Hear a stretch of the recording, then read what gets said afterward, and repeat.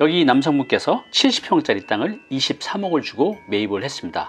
시세보다 비교적 싸게 사서 매우 좋아하셨는데 이 계약한 토지를 지적도로 확인을 해봤습니다. 자, 그런데 굉장히 난감했어요. 왜냐하면 이분은 지금 굉장히 기뻐하고 계신데 지금 안 좋은 상황을 솔직하게 말씀드려야 하기 때문이죠. 이분의 토지 지금 무엇이 문제일까요? 안녕하세요, 다니쌤입니다. 우리가 이제 은퇴 시기가 다가오면 월급이 없어지잖아요. 그러면 꼬마 건물 하나 가지고 거기서 나오는 월세 받으면서 편안하게 사는 거 꿈꾸시는 분들 많이 있죠. 자, 그런데 우리가 이 과정이 지뢰밭입니다. 하나를 잘못 선택하게 되면 이것 때문에 큰 손해를 볼 수 있는데요. 오늘도 바로 그런 사례입니다.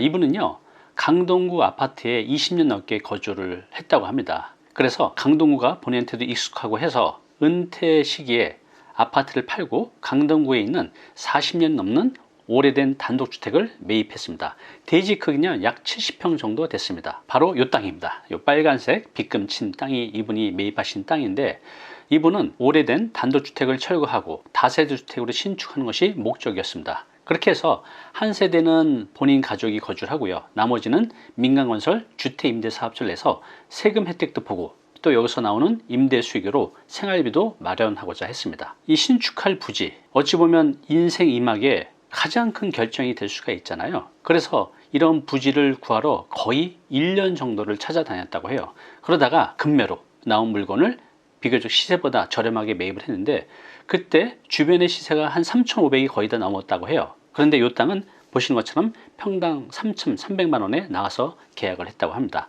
그럼 한 23억 정도 되죠. 지하철에서 도보로 거리도 한 7분 정도여서 역세권이라 임대도 잘 나갈 것 같았습니다. 그래서 이분은 그동안 땅을 거의 1년 넘게 찾느라고 고생을 했지만 좋은 땅을 싸게 사서 너무나 행복했다고 합니다. 그런데요, 이분과 상담하면서 이 계약한 토지를 지적도로 확인을 해봤습니다. 자, 그런데 굉장히 난감했어요. 왜냐하면 이분은 지금 굉장히 기뻐하고 계신데 지금 안 좋은 상황을 솔직하게 말씀드려야 하기 때문이죠. 이분의 토지 지금 무엇이 문제일까요? 자, 오늘 내용을 이해를 하려면 건축법적인 용어인 가각전제를 먼저 이해하시는 게 중요합니다. 이 가각전제는요, 도로의 모서리 부분을 완곡하게 만들어서 교통의 흐름과 시야 확보를 하기 위함입니다. 자, 실제 사진으로 한번 볼게요. 여기 보시면 이 집에 모퉁이가 이렇게 잘려져 있죠. 그래서 이걸 가각전제라고 하거든요. 자, 여기도 마찬가지죠. 도로 모퉁이인데 요만큼이 잘려져 있습니다. 하나 더 볼까요? 네, 이 집도 역시 이 코너 부분이 잘려져 있죠. 이런 이유는 뭐라 그랬죠? 네, 여기 차가 있는데 이렇게 돌아갈 때 이렇게 잘려 있어야 시야도 확보하고 원활하게 돌아갈 수 있을 거 아니에요. 만약 집이 이렇게 쳐 있으면 이쪽에서 오는 차하고 서로 잘 안 보이겠죠.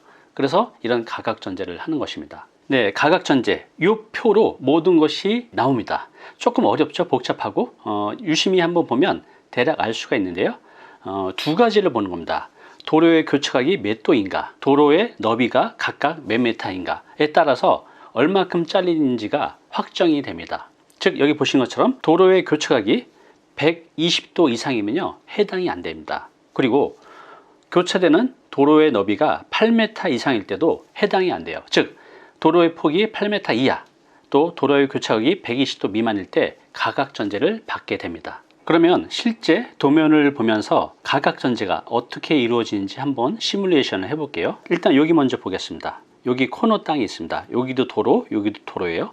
자, 요 도로 모퉁이의 교차각이 보신 것처럼 70도입니다. 그러면 여기 해당이 되죠. 70도 미만. 그리고 요 도로 몇 미터죠? 6m죠. 그러면 어디에 해당이 되죠? 네, 여기 해당이 됩니다. 6m 이상 8m 미만에. 그리고 교체되는 도로 요 5m짜리가 있죠. 그러면 어디에 해당이 되죠? 네, 여기에 해당이 됩니다. 그러면 이렇게 합치면 요게 되는 거죠. 그래서 요 꼭지점으로부터 3m, 요 꼭지점으로부터 3m 후퇴해서 이렇게 잘라진 요 부분을 가각전제라고 해요. 이 부분은 도로로 내주어야 합니다. 자, 하나 더 보겠습니다.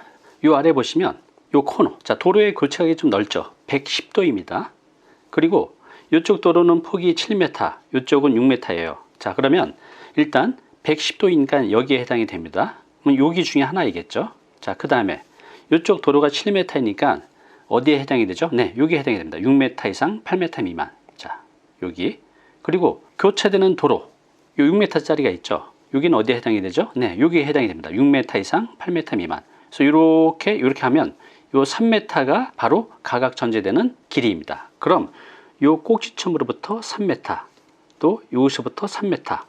그래서 이렇게 쭉 그은 선이 바로 가각 전제되는 부분입니다. 이 역시 도로로 내주어야 하는 땅입니다. 내 땅이지만 쓸 수가 없어요. 자, 그렇게 해서 된 것들이 바로 이런 상태입니다. 좀 전에 보여드린 대로 여기 가각 전제된 땅이 있죠. 여기도 마찬가지로 원래 이렇게 돼 있을 텐데 도로로 내준 땅입니다. 여기도 원래 이렇게 되어 있는 땅인데 이 부분을 도로로 내준 겁니다. 그래야만 이런 차들이 이렇게 잘 돌아갈 수가 있잖아요. 자, 가각 전제 조금 어려우시죠? 그런데 굉장히 중요한 내용입니다. 내가 코너를 가진 땅을 샀을 때 이 부분에 해당이 될 수 있거든요. 잘 이해가 안 되시면 한 번 더 돌려서 보시고요. 자, 그러면 오늘의 사례의 주인공, 왜 이 코너 땅을 샀는데 7억 원 정도의 기회비용을 날리게 됐을까요? 자, 첫 번째 문제는요, 건축할 수 있는 땅의 면적이 작아집니다. 굉장히 큰 손해죠. 자, 이분이 매입한 땅인데요, 한번 잘 보세요. 이쪽 도로 폭이 일단 3m예요. 그런데 우리가 건축을 하려고 하면 이 도로의 폭을 4m를 확보를 해야 되거든요. 그래서 이 중심선으로부터 2m를 후퇴해야 됩니다. 그러면 이게 내 땅인데 내 땅에서 0.5m를 더 후퇴해야 되죠. 그래서 이 부분이 도로로 내줘야 되는 땅입니다. 그 상태에서 또 뭐가 있죠? 네, 가각전제. 여기 아까 보신 것처럼 7m, 3m, 80도, 100도, 이쪽은 5m. 그래서 이 도로의 교차각과 당해도로 너비, 또 교차되는 도로의 너비를 통해서 몇 m씩 후퇴를 되는지가 나오죠. 여기는 3m, 3m씩 후퇴를 합니다. 여긴 2m, 2m를 후퇴해요. 그러면 이게 지금 다 내 땅인데 보신 것처럼 요거 또 요거 가각전제되는 땅, 또 건축법 도로 4m를 확보하기 위해서 0.5m 후퇴한 요 땅. 네, 이 땅을 그냥 도로로 내줘야 합니다. 자, 좀 전에 보신 것처럼 이 가각전제 또 도로로 내주는 땅 때문에 약 4평 정도를 도로로 내주게 되는데요. 이게 무엇이 문제가 될까요? 자, 2종 일반 주거지역 땅인데 용적률이 200%거든요. 그러면 이분은 건물을 지을 때 70평 땅일 때는 연면적 140평까지 지을 수가 있어요. 그런데 아까 도로로 내준 땅이 4평이 빠지게 되면 66평이 되잖아요. 그렇게 되면 용적률상 연면적이 132평까지만 지을 수가 있는 겁니다. 그러면 8평을 손해보게 되잖아요. 자, 이 지역에서 8평의 원룸 아니면 작은 1.5룸이 월세가 최소 70만 원 정도 합니다. 1년이면 840만 원을 벌 수 있는 것을 못 보는 거죠. 자, 그리고 또 하나, 이 4평은 내 땅이지만 사용을 못 하잖아요. 그러면 이분이 평당 3,300에 매입을 했다고 했어요. 그러면 1억 3,200만 원은 그냥 버리게 되는 거죠. 사용을 못하는 땅이니까요. 방금 말씀드린 가각전제 이해가 되시나요? 내 땅을 내줘야 됩니다. 도로로. 그러면 내가 지을 수 있는 건물의 연면적이 작아지게 되고, 작아지게 되면 내가 받을 수 있는 월세를 못 받게 되고, 얼마나 많은 손해입니까? 자, 두 번째가 있어요. 바로 주차장의 문제입니다. 주차 대수가요, 한두 대 정도 줄어들 수 있어요. 일반인들은 뭐 한 대 정도 줄으면 뭐 어때? 이렇게 말씀하실 수 있겠으나 이것은 엄청난 손해입니다. 한번 볼까요? 이 도면은요, 1층 주차장이 나와 있는 도면입니다. 실제로 제가 용산에 했던 사례인데요. 보시면 요게 이제 주차를 대는 자리입니다. 이렇게 그려져 있죠. 그래서 여기 이렇게 가지런히 주차가 잘 정리가 돼 있잖아요. 네, 땅이 이렇게 네모 반듯하면 주차 설계하기가 굉장히 용이합니다. 자, 그런데 자, 이 땅 아까 원래는 이렇게 돼 있던 땅인데 가각 전제 때문에 이렇게 날아갔죠. 그러면 땅의 모양이 이렇게 되잖아요. 그러면 여기다 이제 주차를 설계를 해야 되는데 이 과정에서 네모 반듯할 때에 비해서 이렇게 가각 전제가 되면 설계를 해보면 알겠지만 주차가 한 대, 많게는 2대 정도 손해를 볼 수도 있습니다. 실제로 여기는 건축사가 나중에 설계를 해봤더니 주차 대수가 네모 반듯할 때에 비해서 한 대 정도 손해를 보는 땅이었습니다. 이렇게 주차를 한 대 손해보면 어떻게 될까요? 자, 보통 서울에 작은 투룸들을 많이 짓거든요. 임대용으로. 보통 전용 9평에 확장을 통해서 2평에서 3평 정도 확장을 합니다. 그러면 한 11평에서 12평 정도 되는 투룸을 많이 짓거든요. 작죠. 그렇지만 임대용으로 서울에서는 이렇게 많이 짓습니다. 그러면 전용 30제곱미터 미만이면 세대당 주차 대수가 0.5대입니다. 그러면 2세대면 주차 한 대면 되죠. 자, 그런데 아까 여기 주차 한 대가 날아갔기 때문에 그러면 2세대를 손해보게 되는 거죠. 2세대를 더 지을 수 있는 것을 못 짓는 겁니다. 이 지역에 12평 투룸 알아봤더니 제일 싼 게 90만 원 정도 했어요. 그러면 두 세대니까 90만 원씩 두 세대면 월 180만 원이 손해죠. 연으로 따지면 2160만 원이 손해입니다. 네, 어때요? 주차 대수 너무너무 중요하죠. 이 한 대가 몇 억이 왔다 갔다 합니다. 보통 이제 분양이나 또 매각을 할 때는.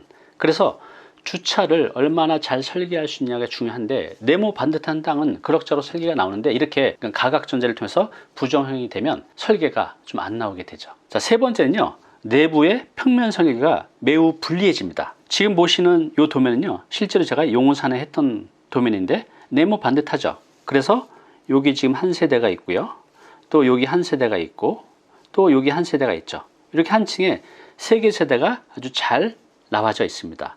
그런데 땅 모양이 이렇게 되면 건물도 여기에 따라서 이렇게 지어질 거 아니에요. 그러면 건물의 평면 설계가 예쁘게 안 나옵니다. 자, 예쁘게 안 나온다는 것은 결국 가치가 떨어지는 거고, 또 가치가 떨어지면 임대나 또 매매에 영향을 줄 수밖에 없죠. 자, 마지막 네 번째는요, 한쪽 도로가 3m이면 이것도 굉장히 큰 손해인 거죠. 자, 이분이 매입한 땅에 접한 한쪽 도로가 3m예요. 그러면 우리가 건축을 하기 위해서는 도로의 폭을 무조건 4m를 확보를 해야 됩니다. 그러면 요 중심선으로부터 내 쪽으로 2m, 또 이쪽으로 2m 하면 4m 확보가 되잖아요. 그래서 내 쪽으로 얼마큼 들어오죠? 네, 0.5m만큼 들어오는 겁니다. 이것이 꽤 손해라는 거죠. 내 땅을 도로로 내주어야 되기 때문에 실제로 내가 쓸 수 있는 땅은 줄어들 수밖에 없습니다. 그래서 여러분들이 토지를 매입할 때 접한 도로가 몇 m인가 꼭 확인을 하셔야 됩니다. 부동산요, 모든 것이 법으로 시작해서 법으로 끝납니다. 어렵죠. 그렇지만 어렵다고 내가 공부를 안 하게 되면 큰 손해를 볼 수가 있습니다. 앞으로 단위TV에서는요, 건축법적인 용어 좀 더 쉽게 여러분께 알려드리겠습니다. 단위 캠퍼스 홈페이지가 있어요. 여기 마인드맵이라고 있죠. 오늘 거 포함해서 이전에 올렸던 많은 마인드맵이 올라와져 있는데요, 내 마음에 닿는 문장이 있다면 다운로드 받아서 보시기 바랍니다. 감사합니다.